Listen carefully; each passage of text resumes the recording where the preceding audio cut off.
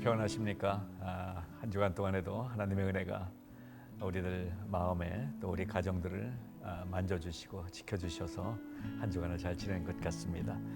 하나님께서는 우리가 하나님 앞에 있기를 원하시는데요.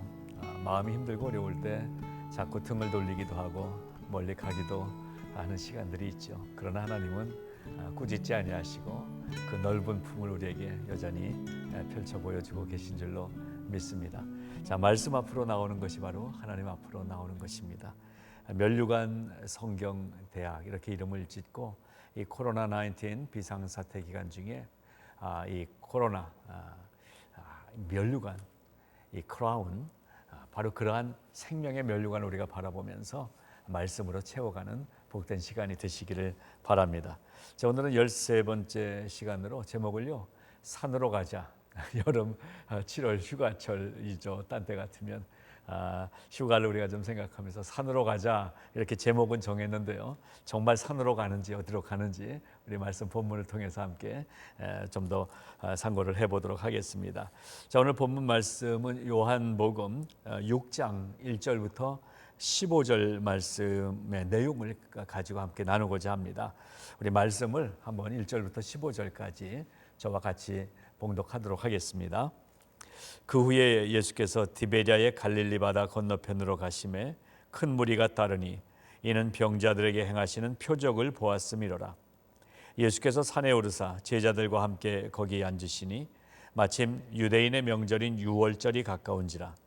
예수께서 눈을 들어 큰 무리가 자기에게로 오는 것을 보시고 빌립에게 이르시되 우리가 어디서 떡을 사서 이 사람들을 먹이겠느냐 하시니 이렇게 말씀하심은 친히 어떻게 하실지를 아시고 빌립을 시험하고자 하심이라. 빌립이 대답하되 각 사람으로 조금씩 받게 할지라도 200데나리온의 떡이 부족하리이다. 제자 중 하나 곧 시몬 베드로의 형제 안드레가 예수께 여짜오되 여기 한 아이가 있어 보리떡 5개와 물고기 2마리를 가지고 있나이다. 그러나 그것이 이 많은 사람에게 얼마나 되겠사옵나이까? 예수께서 이르시되 이 사람들로 앉게 하라 하시니 그곳에 잔디가 많은지라. 사람들이 앉으니 수가 5,000명쯤 되더라. 예수께서 떡을 가져 축사하신 후에 앉아있는 자들에게 나눠주시고 물고기도 그렇게 그들의 원대로 주시니라. 그들이 배부른 후에 예수께서 제자들에게 이르시되 남은 조각을 거두고 버리는 것이 없게 하라 하시므로 이에 거두니 보리떡 5개로 먹고 남은 조각이 12바구니에 찼더라. 그 사람들이 예수께서 행하신 이 표적을 보고 말하되 이는 참으로 세상에 오실 그 선지자라 하더라. 그러므로 예수께서 그들이 와서 자기를 억지로 붙들어 임금으로 삼으려는 줄 아시고 다시 혼자 산으로 떠나 가시니라. 네, 이렇게 15절까지 마지막 말씀이 바로 오늘 제목으로 제가 정한 것입니다. 산으로 가자. 왜? 예수님이 산으로 가셨대잖아요. 산으로 혼자 떠나셨다. 그래서 오늘 산으로 간다는 이 제목은 뭐 먹을 거 싸가지고 휴가 준비해가지고 떠나는 그 산으로 가는 여행이 아니라 좀 더 깊은 영적인 의미의 산으로 들어가자라는 메시지를 함께 나누고자 하는 것입니다. 자, 우리가 너무나 잘 알고 있는 오병이어 사건이죠. 떡병자 물고기 어자에서 떡 5덩어리와 물고기 2마리라는 이러한 도시락이 오늘 이야기의 소재가 됩니다. 이 도시락을 통해서 아주 초라한 도시락이죠. 50대 60대 드신 분들은 옛날에 그 반찬이라고는 그냥 그 맥스웰 커피병에 김치 쪼가리 담아갖고 가던 그 도시락같이 아주 초라한 도시락입니다. 딴 게 뭐 없어요. 햄도 없었고 소세지도 없었고 계란도 없었어요. 그냥 물고기, 생선하고 떡하고 떡도 주먹떡 같은 거 아니겠어요. 이런 거 해가지고 지금 등장하는 이 도시락, 초라한 도시락이 오늘 우리에게 어떤 의미를 던져줄까 기대가 되는 말씀입니다. 자, 우선 이 오병이어 사건이 일어난 장소를 한번 보겠습니다. 1절에 보게 되면 어디로 가셨냐면 예수님께서 디베랴의 갈릴리 바다 건너편으로 가셨다 이렇게 되어 있습니다. 디베랴 지역의 갈릴리 바다 이렇게 볼 수도 있지만 그 당시 사람들 중에는 갈릴리라고 부르는 사람도 있었고, 저기는 디베랴 바다다 이렇게 부르는 사람도 있었고요. 그런데 성경에 보면 사실은 바다는 아니죠. 호수입니다. 호수인데 워낙 크다 보니까 일반적으로 바다라고 얘기하고 있는 거죠. 이거 LA에서 제가 한 2시간 반, 3시간쯤 이스트 쪽으로 그 팜스프링을 지나서 쭉 가다 보니까 솔튼시라는 지역이 있더라고요. 이곳이 한 1920, 30년대에는 이 LA 지역이 아주 좋은 휴양지였다는 거예요. 근데 이 호수에 물이 썩어가게 되면서 모든 휴양시설들이 다 폐허가 돼버리고, 그리고 호수가 썩어지니까 물고기들이, 생선들이 거기에 올라오게 돼서 뼈다귀만 이렇게 백사장에 남아있고 한 그 지역인데요. 그 지역이 솔튼시예요. 근데 호수거든요. 바다가 아니잖아요. 저 내륙이니까. 바로 그런 것처럼 지금 이 갈릴리도 호수인데 바다라고 부르는 건 뭐 이상한 현상은 아닙니다. 그 당시 사람들에게 바다처럼 넓게 느껴졌던 거죠. 자, 그런데 이름이 두 개죠. 디베랴라고도 부르고 갈릴리라고도 부르고 있습니다. 처음에 이 지명 이름은 갈릴리로 이렇게 불려졌기 때문에 예수님이 많은 사역을 하셨던 그 갈릴리 강변 그 지역이죠. 근데 디베랴라는 이 새로운 이름을 그냥 우리가 상식적으로 좀 알아둘 필요는 있습니다. 당시에 헤롯 안티바스가 유대의 분봉왕으로 있었던 때인데요.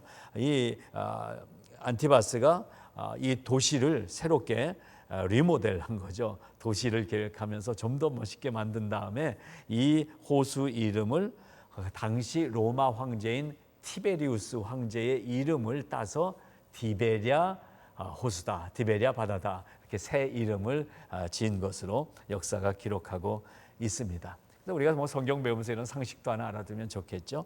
자, 그래서 유대인들은 갈릴리라고 불렀어요. 원래 그렇게 불렀으니까. 그런데 새로 이 지역이 개발이 되고 리모델된 다음에 디베랴라는 이름을 정하고 나서는 이 유대인들이 아닌 다른 지역에 사는 사람들은 거기를 갈릴리보다는 디베랴라고 불렀다라는 것입니다. 여기에도 어떻게 보면 우리가 조금 의미를 붙인다면은 요한복음의 저자가 왜 그냥 지명 이름 하나로 쓰지 왜 디베랴라고 불렀다가 갈릴리라고 불렀다가 쓰다가 자꾸 이렇게 좀 헷갈리게 했느냐 하는 생각도 듭니다만은요. 그러나 이 요한복음을 읽는 사람들이 유대인들도 있겠지만 이방인들도 있을 것을 염두에 둔 것이 아니었나 하는 생각도 갖게 됩니다. 그래서 이방인들, 이 지역 유대인이 아닌 사람들이 읽을 때 갈릴리라고 불러주는 것보다 디베랴라고 불러주면은 좀 더 친근감 있게 복음을 받아들일 수 있지 않았을까, 이런 생각도 하지 않았을까 하는 생각을 그냥 제가 해보는 것입니다. 아무튼 디베랴는 갈릴리하고 같은 지명 이름입니다. 자, 이제 풍경을 한번 보겠습니다. 예수께서 2절 산에 3절 오르사 제자들과 함께 거기 앉으시니. 예수님을 생각하면 산이 생각날 때가 많아요. 뭐 사역터는 이 강변이라든가 아니면 풍랑이는 바다로 나가시기도 하셨고 강도 나오고 바다도 나오고 때로는 이 오병이어의 들판도 나오지만 지금 이 예수님께서 어디에 오르셨냐면 산에 오르사 제자들과 함께 거기에 앉으셨다 그랬어요. 그러니까 이 산이 어떤 뭐 백두산, 한라산 이런 높은 산이 아니라 아마 동산, 좀 이렇게 높은 지대가 있는 그러한 곳인 것을 짐작할 수가 있죠. 미국에 살면서 참 특별히 캘리포니아에 살면서 감사한 거는 조금만 움직이면 산도 있고요, 또 광야도 있고 바다도 있는 거죠. 그래서 참 이 캘리포니아가 뭐 자연적으로는 참 축복받은 도시인 것 같습니다. 미국 가서 오래되지 않았을 때 한 20수년 전에 처음으로 광야를 봤어요. 제가 한국에서는 뭐 광야 볼 일이 없잖아요.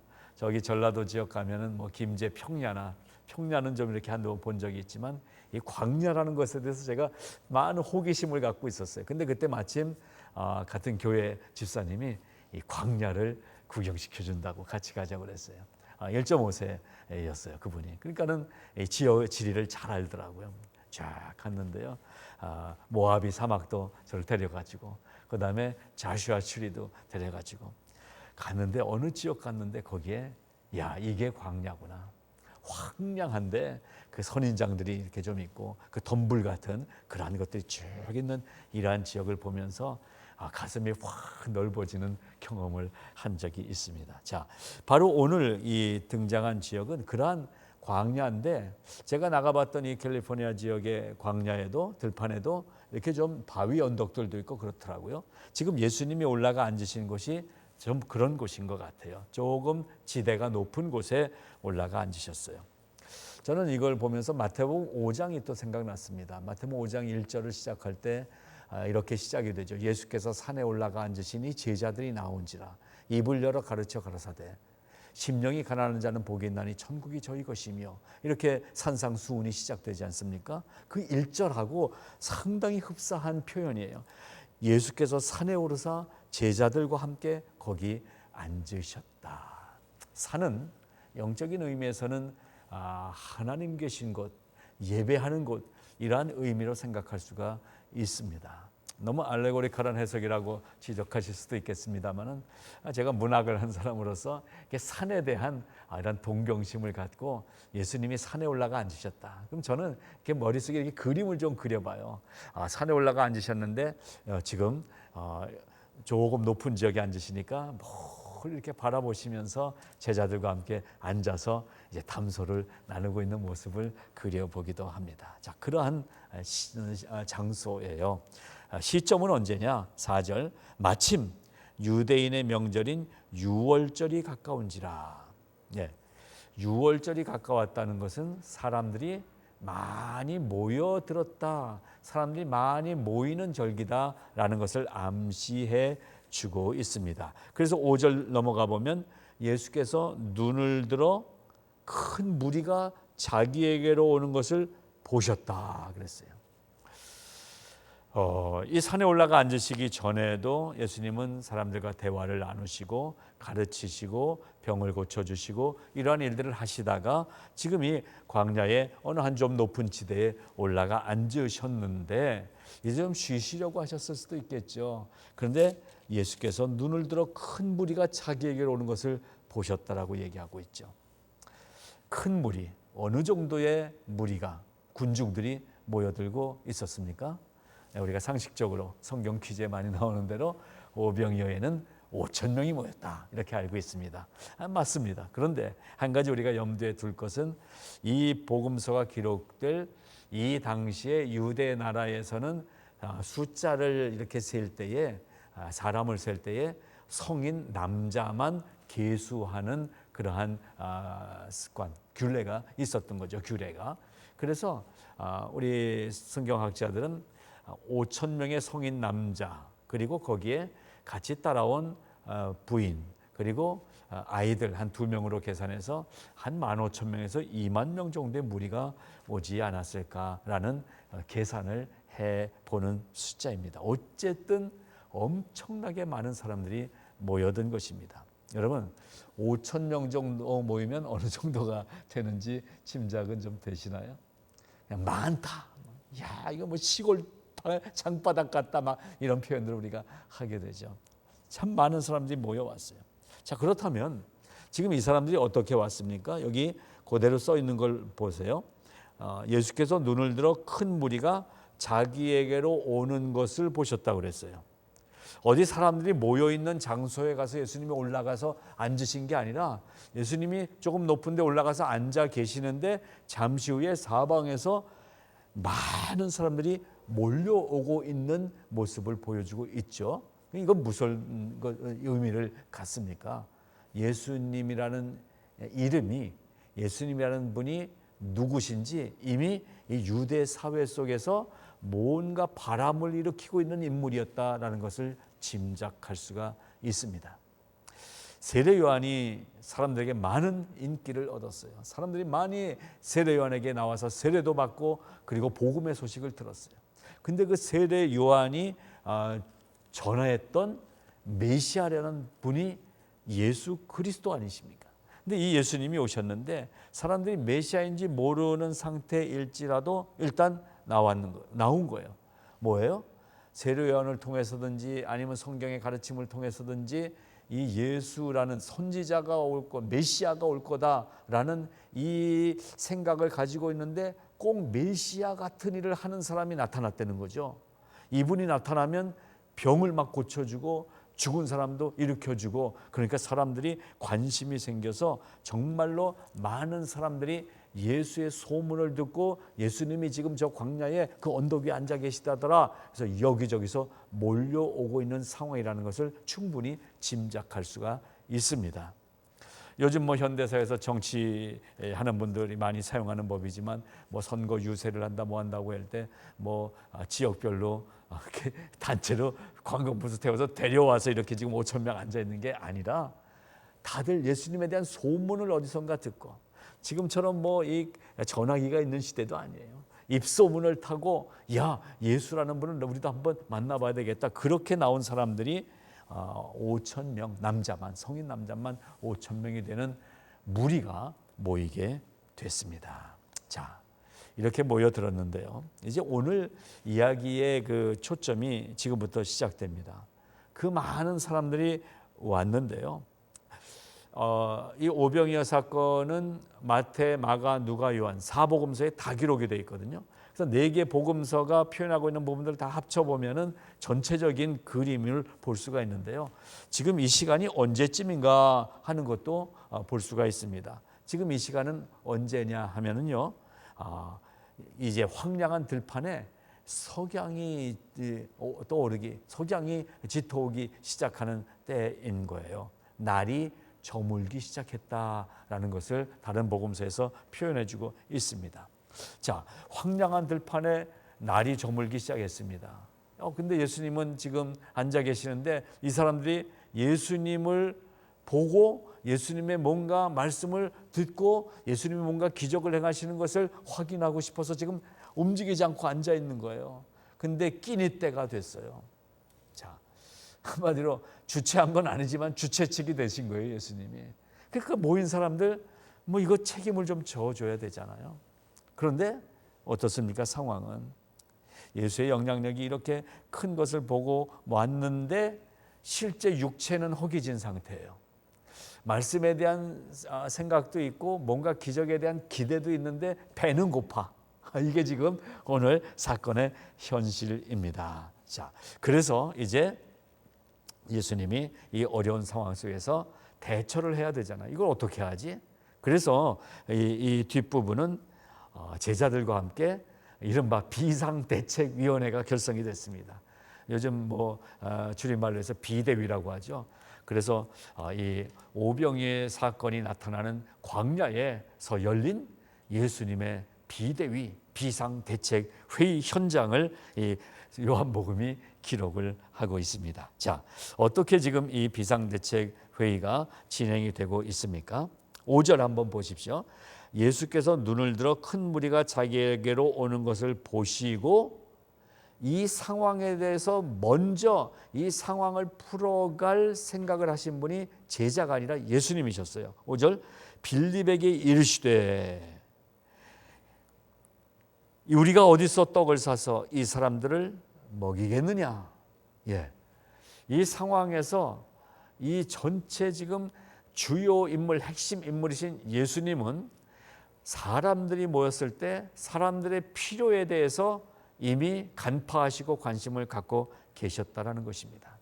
저도 뭐 작은 지역교회를 담임하고 있지만 사실 시니어 패스터다, 담임 목사라는 이 자리, 아니면 어떤 단체의 책임을 맡은 장자리에 있는 사람들에게 바로 저는 예수님의 이러한 시각이 필요하지 않은가 하는 생각도 해보게 됐습니다. 뭐 책임이 없죠. 예수님이 불러온 사람도 아닌데.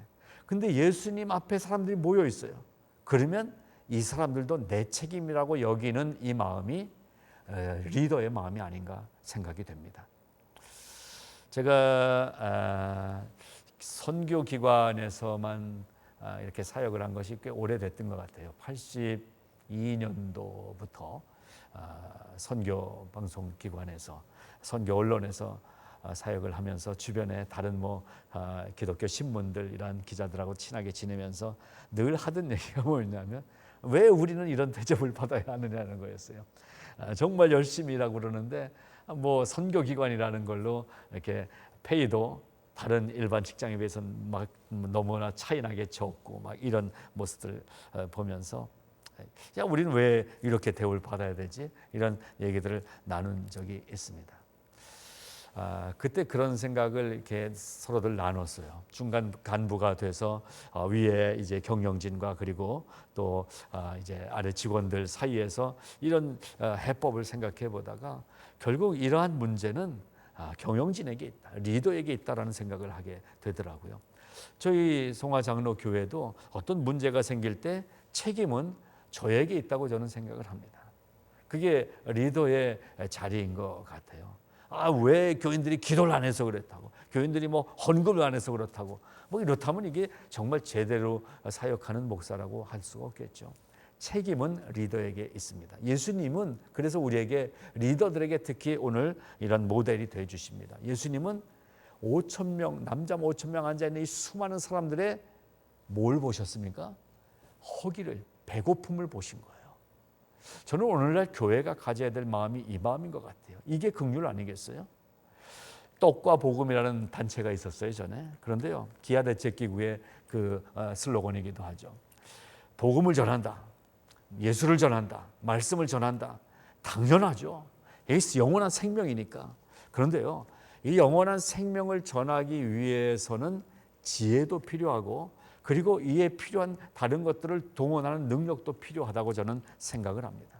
야, 우리가 복음만 전하니까 순수한 교회다. 우리 교회처럼 말씀만 전하면 된다. 이건 이단이나 상관없지 않나, 저는 이런 생각까지 하게 됩니다. 이단들은 말씀이면 된다라고 얘기하죠. 그런데 여러분, 예수님은 말씀이십니다. 예수님이면 됩니다. 다 돼요. 그러나 하나님이 우리에게 원하시는 이 교회 공동체라는, 신앙 공동체라는 것은, 또 선교기관이라는 것은 말씀만 가지고 되는 것이 아니라 말씀을 풀어내는 지혜와 긍휼의 마음이 저는 당연히 필요하다고 생각을 합니다. 그래서 함께 일하는 사람들을 잘 대우해 줘야 되는 것 같아요. 그래서 일하는 소에게 멍에를 씌우지 말라고 그랬잖아요. 일할 수 있는 분위기를 만들어 줘야 되는 거예요. 성도들이 기도할 수 있는 분위기를 만들어 줘야 되는 거예요. 지금 예수님이 이 자리에 서서 계속 말씀을 선포하시고 복음을 얘기하시고 너는 나를 믿으라 이렇게만 말씀하셨으면 이 5,000명 되는 성인 남자들이, 많은 사람이 떠나갈 수도 있었을 거예요. 배가 고프니까. 그런데 예수님은 이 사람들의 실제적인 육체적인 배고픔에 관심을 가지시고, 너희가 말씀을 사모하지만 지금 배가 고프지? 이거 알고 계셨던 거예요. 그래서 제자들을 불러서 지금 비상대책회의가 열렸습니다. 자, 그래서 먼저 얘기를 꺼내신 분이 예수님이에요. 우리가 어디서 떡을 사서 이 사람들을 먹이겠느냐라고 이 해결 방법의 화두를 던지십니다. 실제로 예수님이 어디 가게 찾아보라는 이런 얘기가 아니십니다. 화두를 던진 거예요. 어떻게 해결할 수 있지? 제자들을 교육시키시는 예수님의 모습도 나타납니다. 그래서 교회도 그렇고 모든 이 단체들도 그렇고, 그래서 리더의 이 교육의 이러한 방법들도 지혜로워야 되는 것 같아요. 어떤 상황, 어떤 문제 앞에서도 교육적인 방법을 적용하면서 실제 필요를 해결하는 방법을 찾아내는 것이 리더십의 지혜가 아닌가 생각을 합니다. 자, 이렇게 물으니까 먼저 대답한 사람이 빌립이 이제 대답을 합니다. 빌립을 시험하고자 하심이라 여기 딱 나오죠. 이게 예수님이 화두를 던졌다는 것은 교육적인 측면에서 빌립을 한번 테스트해 보시면서 지금 훈련시키시는 그런 모습인 것입니다. 자, 빌립이 뭐라고 대답합니까? 조금씩 나눠서 받게 할지라도 최소한 그냥 허기만 면하는 그 정도만 음식을 준비한다고 할지라도 200데나리온의 떡이 부족합니다. 이렇게 얘기를 합니다. 200데나리온이 있어야 된대요. 당시에 데나리온은 성실한 이 노동자의 하루 품삯 정도가 됩니다. 그러니까는 200일의 품삯이니까 요즘 미니멈 페이가 좀 다르지만 시간당 10불로 했을 때 8시간 일한다 그러면 한 80불. 그러면은 200데나리온이면은 어느 정도가 됩니까? 2만 불 가까이 되는 이러한 금액이 지금 필요합니다라고 빌립은 계산을 해서 예수님께 대답합니다. 자, 또 한 사람 봅니다. 제자 중 하나 곧 시몬 베드로의 형제 안드레가 예수께 여짜오되, 실제적인 해결 방안을 안드레가 찾아와요. 여기 보리떡 5개와 물고기 2마리를 가지고 있나이다. 그러나 이것이 이 많은 사람에게 어떻게 도움이 되겠습니까? 라고 9절에 얘기하죠. 이렇게 두 사람의 반응을 보게 되는데요. 여기에 대해서 예수님의 대응 방법이 10절과 12절입니다. 10절에 첫째, 이거 어떻게 하지요?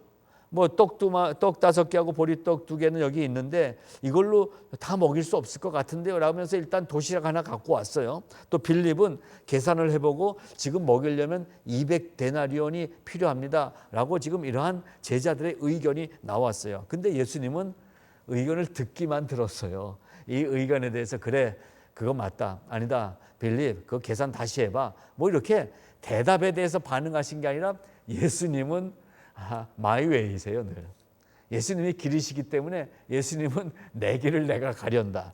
그래서 예수님이 하시고자 싶은 말씀을 그냥 하세요. 그 말씀, 첫 번째 말씀이 뭐예요? 10절, 예수께서 이르시되 이 사람들로 앉게 하라 그랬어요. 앉게 하라. 자, 방법이 없는데 예수님은 자, 그럼 다른 방법은 또 없어? 베드로 다른 방법 없어? 유다 다른 방법 없어? 찾아서 자꾸 물어보신 게 아니라 여기서 예수님이 이제 실제 행함으로 일을 진행하십니다. 앉혀라, 앉혀라.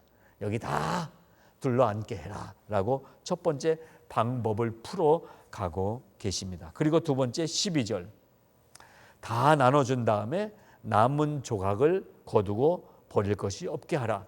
요 3단계, 앉게 하라, 나눠주라, 그리고 남은 것은 거두어라. 이 3단계의 방법을 통해서 오늘 나타난 현실적인 문제를 완전히 해결해 주신 이야기가 기록이 되어 있는 것을 보게 되는 것입니다. 그렇습니다. 여러분, 대책회의에서 여러 가지 방법이 나올 수가 있었겠죠.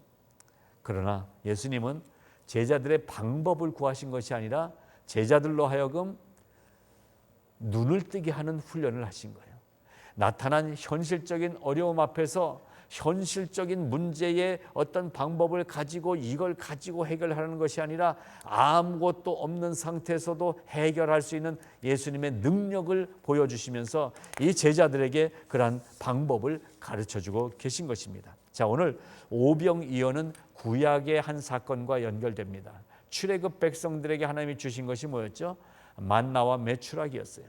만나와 메추라기는 뭔가 가지고서 그 텐트마다 집집마다 놔준 게 아니라 하늘문이 열려서 만나와 메추라기가 날아온 거예요. 오늘 이 오병이어의 떡 5개와 물고기 2마리라는 이 아주 초라한 도시락도 이 도시락을 근거로 해서 매직을 하듯이 짠 하고서는 보자기를 펼치니까 갑자기 막 떡이 나오게 하는 마술을 부린 게 아니라 이것은 단지 소재예요. 오늘은 이 재료 가지고 너희들에게 이적을 보여주겠다. 여기서 이거는 보여주는 재료였을 뿐이지 이걸 가지고 부풀린 게 아니에요. 예수님의 말씀으로 인해서 하늘에서 오병이어의 이 놀라운 은혜가 임하게 됐다는 것을 보여줄 수 있는 것입니다. 자,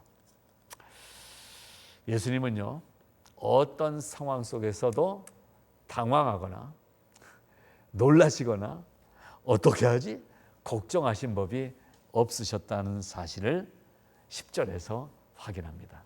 오늘 이 말씀을 배우면서 우리가 이 코로나 비상사태를 지나면서 주님에게 배울 자세가 이거 같아요. 10절. 우리 마음에 걱정거리, 근심거리, 아니면은 불안한 거, 당황하는 문제들, 그것을 내려놓으라고 말씀하시는 것 같습니다. 그러면 어떻게 해야 되나? 문제 앞에서 해결 방법은 하나님 앞에 나와서 예수님은 떡을 가지고 축사하시고 그랬어요. 축사하시고 기도하신 것입니다. 근데 이 기도가 무슨 기도였냐면 감사 기도를 축사라고 얘기했죠. 떡을 가지고 감사하셨어요. 아직 아무 일도 그리고 뭔가 해결할 만한 방법도 보이지 않는데 예수님은 떡을 들고 감사하셨다. 그러니까 우리에게 문제가 생길 때 문제를 계속 쳐다보면 어떻게 됩니까? 문제가 점점 커지죠. 그래서 문제에서 눈을 들려 하늘을 바라보면 오늘 이 만나와 메추라기가 내려오고 떡과 그리고 물고기가 우리에게 풍성하게 먹여지는 이러한 하늘문이 열려지는 해결 방법을 찾게 된다는 사실을 배워야 될 것입니다. 예수님은 또한 풍성하신 분이십니다. 그래서 요한복음 10장 10절에 예수님은 나는 양으로 하여금 생명을 얻고 더 풍성하게 얻게 하려 하심이라 이렇게 말씀하셨잖아요. 예수님은요 이 초라한 도시락 가지고 요거밖에 없으니까 그럼 한 명이 하나씩 똑같은 거를 만드시는 복제품을 만드신 게 아니라 여기 보니까요 이 떡 5개를 먹었는지 한 사람이 아니면은 생선 5마리를 먹었는지 2마리를 먹었는지 여러분은 어떻게 생각하십니까? 이렇게 나눠줬는데 똑같이 그럼 떡 5덩어리하고 생선 2마리만 제자들이 나눠주는 광주에서 집계하셨을까요? 그럼 답이 여기 있잖아요. 본문에 보세요. 여기 보니까 11절 떡을 가져 축사하신 후에 앉아있는 자에게 나눠주시고 물고기도 그렇게 어떻게 주셨어요? 제자들을 통해서 그들의 원대로 주셨다고 그랬어요. 원하는 대로 먹을 수 있어요. 마음껏. 그러니까 이 자리는요 오병이어는 뷔페 식당의 원조 같아요. 마음대로 먹으라는 거. 마음대로. 무제한. 뷔페가 아니라 무제한이죠. 무제한 고깃집 가면 마음대로 오다 하는 대로 계속 갖다 주죠. 바로 그렇게 주신 거예요. 딱 2마리 먹어야 되고 5덩어리 먹어야 되는 게 아니었다는 사실이 오늘 우리에게 얼마나 또 새로운 힘을 주는지 모르겠어요. 저는 전에 그렇게 생각 못했는데 오늘 준비하면서 이 말씀 보니까 원하는 대로 주셨다. 아멘이더라고요. 여러분 하나님께 나와서 하나님의 방법을 구하며 기도하면 하나님이 우리의 원하는 대로 풍족하게 풍요하게 주시는 축복이 하나님이신 것을 믿으시기 바랍니다. 자, 이 기적의 현장 그들이 배부른 후에 배가 부를 정도로 먹었어요. 12절 배부른 후에 예수께서 제자들에게 이르시되 남은 조각들을 거두어라. 거두고 버리는 것이 없게 하라라고 말씀하십니다. 자, 이 사건이 종료됐습니다. 이 받는 광야에 앉았던 사람들에게는 마술이죠. 기적이죠. 놀라운 일이죠. 눈이 휘둥그레질 일이죠. 아니 분명히 요 도시락 작은 거 하나밖에 없었는데 내 배를 보니까 이만큼 불러 있는 거예요. 표적이 나타난 것입니다. 이 기적을 그래서 표적이라고 오늘도 얘기하고 있지 않습니까? 이적인 거예요. 이 표적은요 예수님이 생명의 떡이라는 사실을 선포하는 표적이 되는 거예요. 떡을 마음껏 먹어서 배부를 정도로 먹었다. 예수님을 만나서 진심으로 예수님을 믿고 예수님께 나의 신앙을 고백하고 예수님께 나의 마음을 다 드리면 우리의 영적인 배가 부르게 되는 거예요. 배고프지 않게 될 거예요. 목마르지 않게 될 거예요. 그 메시지를 주시는 표적의 사건이라는 말씀인 것입니다. 충분히 먹고도 남을 정도의 풍요함을 주셨어요. 자, 이 현장을 적어도 성인 남자 5,000명이 봤어요. 5,000명이 봤어요. 그리고 소문을 들었어요. 2만 명 정도라고 할 수가 있잖아요. 여인들과 그리고 아이들까지 다 하니까 그 많은 사람들이 이 기적을 보고 나서 어떻게 했을까요? 아멘, 할렐루야. 정말 믿음의 고백을 한 게 아니라 현장을 보세요. 15절. 예수께서 그들이 와서 자기를 억지로 붙들어서 임금으로 삼으려는 줄 아시고 야, 이 먹는 문제 해결되니까 이 내 삶의 문제가 해결되니까 거기서 우리는 예수님에 대해서 그 하늘 하나님 아버지의 놀라운 뜻을 발견하는 게 아니라 내 문제를 해결해 줄 왕으로 생각을 했던 거예요. 그래서 우리의 왕이 되어 주십시오. 억지로 붙들어다가 내 인생의 왕으로 삼으려는 게 이 모였던 무리들이었다는 것입니다. 여기 아주 중요한 메시지가 담겨져 있습니다. 우리의 신앙 중에도 예수님을 임금으로 삼으려고 하는 그러한 마음들이 있어요. 나는 그분이 우리의 왕이 되면, 그분이 이번에 대통령이 되면, 그분이 우리의 지도자가 되면, 그분이 우리의 담임 목사님이 되면, 이러면서 그 사람에게 기대는 마음이 이 당시 무리들에게 있었던 거예요. 자, 저런 기적을 나타내는 분이 우리의 왕이 되면 우리는 배고프지 않을 거 아니야? 이 마음인 거예요. 그래서 이 15절에서 주는 메시지도 예수님이 진짜 이 기적을 통해서 하시고 싶은 메시지, 내가 생명의 떡이라는 메시지를 확인시켜 주시기 위해서 이 이적의 사건을 지금 보여주고 계신 것 아니겠습니까? 우리가 예수 믿는 이유는 무엇입니까? 예수 믿는 목적은 무엇입니까? 여러분, 예수 믿음으로써 어떤 목적을 이루는 것은 이미 탈선신앙이에요. 우리의 목적은 예수 그리스도세요. 예수님이 나의 인생의 목적이세요. 예수님이 나의 인생의 이유이세요. 내 삶의 이유가 되시는 분이세요. 그분을 가짐으로써 내 배가 불러지고 우리 가정이 잘 살고 내 자식들이 잘 되는 게 목적이 아니라, 그분을 잘 섬김으로써 우리 교회가 사람이 많아지고 부흥되는 그게 목적이 아니라, 예수님이 우리 교회에 함께 하시고, 예수님이 우리 가정에 함께 하시고, 예수님이 나의 삶에 함께 하시는 그게 나의 목적이 되어야 된다라는 것을 가르쳐주고 있는 말씀인 것입니다. 예수님의 반응을 보면 알 수 있잖아요. 예수님은 이 왕의 자리, 이렇게 많은 사람들이 나를 옹립하려고 하면 우리는 어떻게 하죠? 못 이기는 척 하고 그 자리를 덜컥 붙잡잖아요. 저도 그런 속성이 많은 속물 목사인 것 같아요. 뭐 이렇게 해준다 그러면 속으로 저거 괜찮은데 이런 마음이 들더라고요, 솔직하게. 여러분 어떠세요? 근데 예수님은 어떻게 하셨습니까? 이들이 이것을 보여주는데도 생명의 떡인 나에 대해서 이해하지 못하는 것에 대해서 안타까워하시면서 자리를 떠나서 이 무리들이 나를 옹립하려고 하는 이 무리들을 피해서 뭐라고 되어 있어요? 억지로 붙들어 임금으로 삼으려는 줄을 아시고 다시 혼자 산으로 떠나가시니라. 더 깊은 산으로, 사람들 눈이 뜨이지 않는 곳으로 들어가신 것입니다. 무엇을 말씀하십니까? 세상이 우리에게 명예를 준다고 할 때, 세상이 우리에게 권력을 준다고 할 때, 세상이 조금 타협하고 이 정도에까지만 어떻게 좀 해보라고 할 때에 신앙을 지킨다는 것은 무엇입니까? 내려놓고 더 깊은 곳으로, 그물을 내리는 곳으로 나가는 것입니다. 이것이 예수님이 우리에게 보여주신 신앙의 자세인 것입니다. 더 깊은 산으로 들어가신 예수님처럼 세상이 우리를 유혹할 때에 세상의 유혹을 끊어내고 우리는 더 깊은 영성의 자리로 들어가야 되는 줄로 믿습니다. 그것이 오늘 이 본문이 가르쳐주는 아주 중요한 메시지인 것입니다. 그 장소는 어떤 장소입니까? 기도의 장소예요. 내 영과 혼과 육이 휴식하는 장소예요. 어디서든 내가 하나님을 찬양하는 예배의 장소예요. 그래서 그 장소는 준비된 장소가 되는 것입니다. 그것을 성경적인 용어로 한마디로 바꾸면 골방이라고 얘기할 수 있습니다. 바리새인들은 시장 한가운데 서서 주여 주여 쇼를 했어요.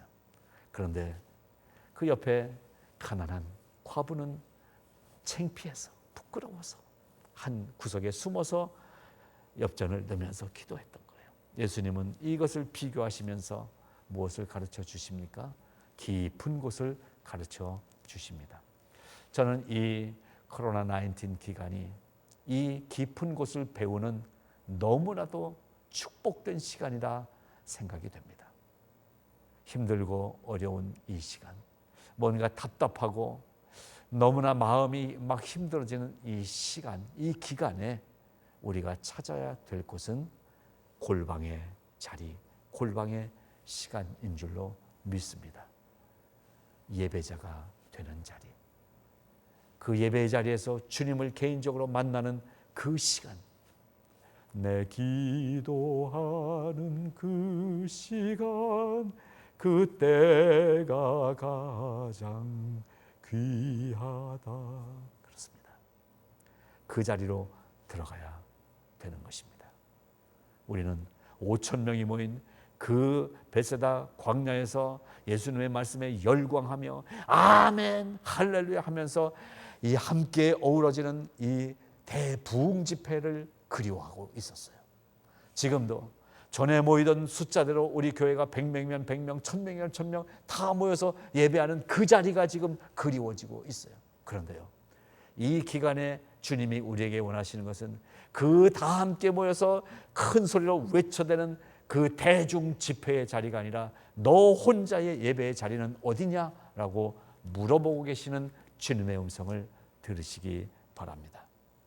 기도하러 올라간 이날 그 자리에서 예수님은 그 산에서 마지막 공생애를 마무리하시지 않습니까? 여러분, 말씀을 정리합니다. 오늘 우리가 가야 할 자리가 어디인가? 다양한 인생을 살고 있습니다.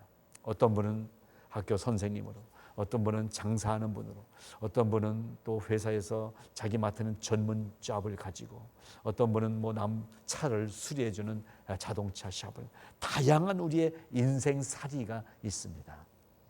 이 인생살이에 둘러싸여 있기 때문에 내가 가는 곳은 내 의지와 상관없이 환경에 의해서 어딘가로 가고 있어요.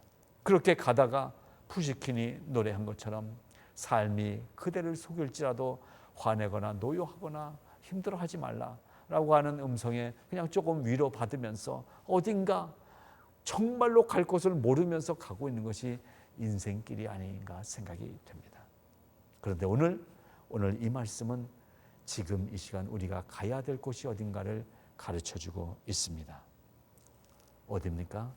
기도의 자리, 깊은 곳, 영성의 자리로 들어가는 것입니다. 그래서 기도의 자리를 잘 지켜야 되는 거예요. 기도의 자리를 지키지 못하면 우리의 신앙생활이 축제를 즐기다가 끝나는 신앙생활이 될 수가 있어요. 교회도 이벤트가 너무 많아졌었어요. 뭐 하나에도 이벤트예요. 세상에서 다 하는 방법 갖다가 교회에서도 이벤트를 해서 뭔가 하려고 그래요. 이벤트는 이미 끝났습니다. 지금 이 코로나 사태를 통해서 하나님은 교회를 회복시켜 주시는 거예요. 아니요, 교회 모이지도 못하는데요. 이게 회복이에요. 교회가 어디서 회복됩니까? 건물 교회가 내 심령 속에서 회복이 되고 있지 않습니까? 기도의 자리를 찾아가는 심령들, 그 자리가 함께 모여서 축제를 벌이고 즐거워하는 그 자리보다 더 훌륭한 자리라고 믿습니다. 그래서 우리의 어려움이 깊어진다는 것은 감사인 줄로 믿습니다. 어려운데요, 힘든데요, 이렇게 아플 줄 몰랐어요. 그런데요, 곰곰이 생각해 보십시오. 어려우면 기도하게 되지 않았었어요? 괴로울 때 주님의 얼굴 보라. 괴로울 때 주님의 얼굴 보게 되더라고요. 조금 괜찮아지면은요, 편안해지더라고요. 조금 나아지면은요, 성경 보던 거 안 보더라고요. 기도 엎드리지 않더라고요. 그래서 역설적으로 저는 여러분에게 축복을 드립니다. 조금 더 어려워지시기를 바랍니다. 잠시. 그러면 하나님이 그 어려움 중에 회복하고 돌아오면 놀라운 30배, 60배, 100배라는 말은 이때 쓰는 거예요. 우리의 영적인 축복이 100배의 결실을 맺게 해주실 것입니다. 마음이 즐거우면 하는 일도 잘 돼요. 그래서 하늘문이 열리는 영적인 축복을 받게 되면 이 인생의 축복도 따라온다라고 저는 생각이 되더라고요. 그것이 하나님의 원리인 것 같아요. 설사 삶의 현실이 잘 풀리지 않을지라도 마음은 자유로워지더라고요. 마음은 평안해지더라고요. 놀라운 일 아닙니까? 대개 사람의 인생은 육신적인 일, 현실의 일이 나의 마음도 끌고 가는 건데요. 이 영적으로 깊어지게 되면 내 마음이 상황을 끌고 오게 되더라는 것입니다. 사랑하는 우리 성화교회 성도 여러분, 그리고 이 방송을 함께 하시는 우리 CTS 시청자 여러분, 우리의 마음 안에 예수 그리스도로 풍성해져서 내 안에 계신 예수님이 나의 인생을 당겨주시는 축복의 삶이 되시기를 축복드립니다. 한 주간도 그래서 말씀 붙들고 승리하며 사시기를 바라는 것입니다. 주님이 함께 하실 것입니다. 임마누엘의 축복을 드립니다. 기도하겠습니다. 하나님 아버지 은혜를 감사합니다. 이 오병이어의 사건을 다시 한번 살펴보는 가운데 이 베세다 광야에 모인 이 수많은 무리들이 여전히 하나님의 바른 뜻을 깨닫지 못하고 있는 모습을 보면서 우리도 이러한 어려움 중에서도 진정한 주님의 뜻이 무엇인지를 발견하지 못하는 어리석은 자 되지 않게 하시고 이미 이렇게 지혜로운 길들을 말씀을 통해서 보여주신 이 말씀을 깊이 들어가 살펴보면서 주님이 원하시는 길에 들어설 수 있도록 하여 주시옵소서. 주님이 함께해 주시는 놀라운 은혜의 삶을 살게 하여 주시옵소서. 어려운 문제들 앞에서 고통스러워하며 답답해하지 않게 하시고 기도의 자리로 나와 엎드림으로 하나님의 비밀의 지혜를 얻는 축복의 삶들이 다 되게 하여 주시옵소서. 원하옵기는 육신적으로 연약한 성도들 주님께서 찾아가 주시어서 능력의 손으로 안수하여 주시어서 우리 멸류관 성경대학을 함께하는 모든 성도들이 육신적으로도 건강하게 하시고 마음으로도 늘 즐겁게 하여 주시옵시고 영적으로 깊은 것을 경험한 능력의 사람으로 이 세상을 이끌어가고 변화시키는 하나님의 백성들 다 되게 하여 주시옵소서. 예수님 이름으로 감사하며 기도드리옵나이다. 아멘. 네, 멸류관 성경대학 오늘도 함께해 주신 여러분 감사합니다. 다음 주에 또 뵙겠습니다.